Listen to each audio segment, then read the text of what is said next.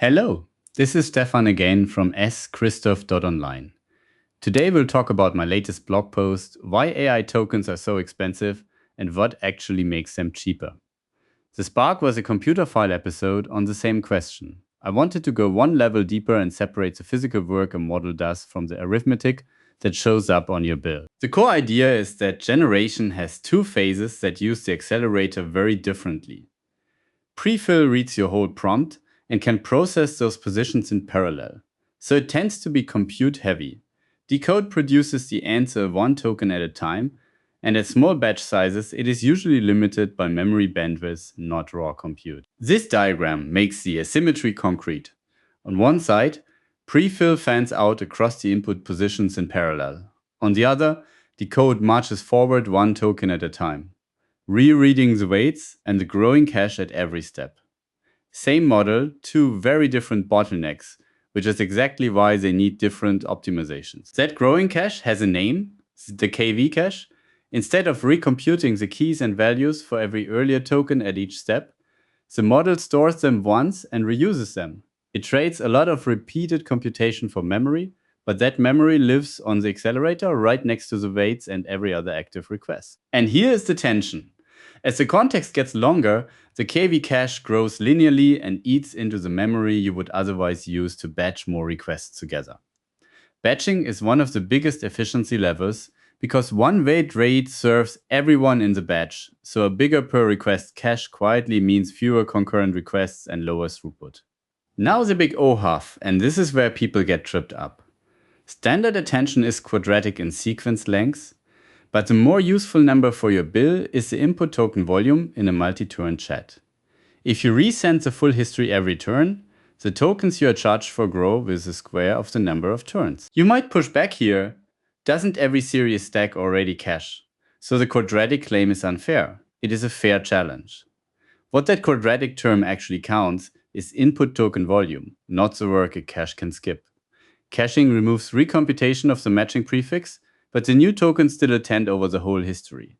And those cached reads are still built at a lower rate, not zero. So how much does caching really change?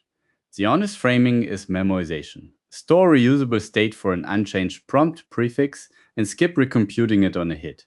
It removes a great deal of repeated work, but it does not by itself turn a growing conversation from quadratic to linear. The picture shows both paths.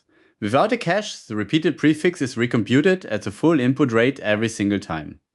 With a cache hit, that prefix state is reused at a reduced read rate and only the new delta gets processed normally. Decode notice is untouched on both sides. You might ask, is calling this memoization actually accurate or just a cute analogy? It is accurate at one level because both reuse the result of a repeated subcomputation keyed by unchanged inputs. But real prompt caches have model-specific matching rules, expiry windows, and a non-zero read cost. So treat the analogy as intuition, not a complexity proof. With the ledgers separated, every optimization maps to a clearer target. Continuous batching and speculative decoding attack decode throughput. Grouped query attention and quantization shrink, KV cache traffic, flash attention and chunk prefill attack the prefill stage. Each one fixes a specific cost and none of them fixes all of them at once. The paper at the center of a lot of this is page attention, the work behind VLLM. It manages the KV cache in blocks, the way an operating system pages memory, which cuts fragmentation and lets requests share cache. That is the memory management foundation most modern serving stacks build on. On the prefill side, flash attention is the classic reference. It is I/O aware. It tiles attention around the memory hierarchy to cut reads and writes between fast and slow memory. But notice what it does not do. It does not change attention's quadratic arithmetic. It attacks the memory traffic constant. That brings us to the managed lever, Amazon Bedrock Prompt Caching. You put stable content first, tool definitions, system instructions, documents, mark a checkpoint, and later requests reuse that prefix state instead of recomputing it. AWS reports up to 90% lower input token cost and up to 85% lower latency for supported models and workloads. But here's the boundary you have to keep straight. Caching helps the input stage only. It speeds up time to first token and cuts input cost. and it does nothing for the per token cost of decode. So if your workload generates long outputs or your prefix is small and always changing, caching may not be the lever you're looking for. If you're going to use it, this is the page to read the Bedrock user guide for prompt caching. It is where the model-specific rules live, which models supported, minimum prefix length, the expiry window, and the exact usage fields that tell you whether your cache is actually being hit. Verify against the live guide rather than copying a static list. There's also a hardware half. AWS Inference is purpose-built for inference, and Trainium, built mainly for training, also runs large-scale inference. A Trainium 2 instance pairs 16 chips with over a terabyte of high-bandwidth memory and tens of terabytes per second of bandwidth. But Silicon does not replace the software levers. It decides how fast the remaining work runs. So what do you actually do? On Bedrock, start with the request shape. Stable content first, enable the caching mode your model supports, and measure cache reads against cache writes before assuming you're saving money.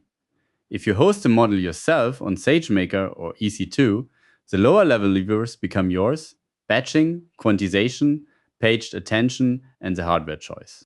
One last question worth sitting with. Isn't token pricing just temporary? Won't it get cheap and go away? Prices will fall as hardware and serving software improve, but the physical work does not disappear. Generation still burns accelerator time, memory bandwidth, and energy. So the safe architectural assumption is not a fixed future price.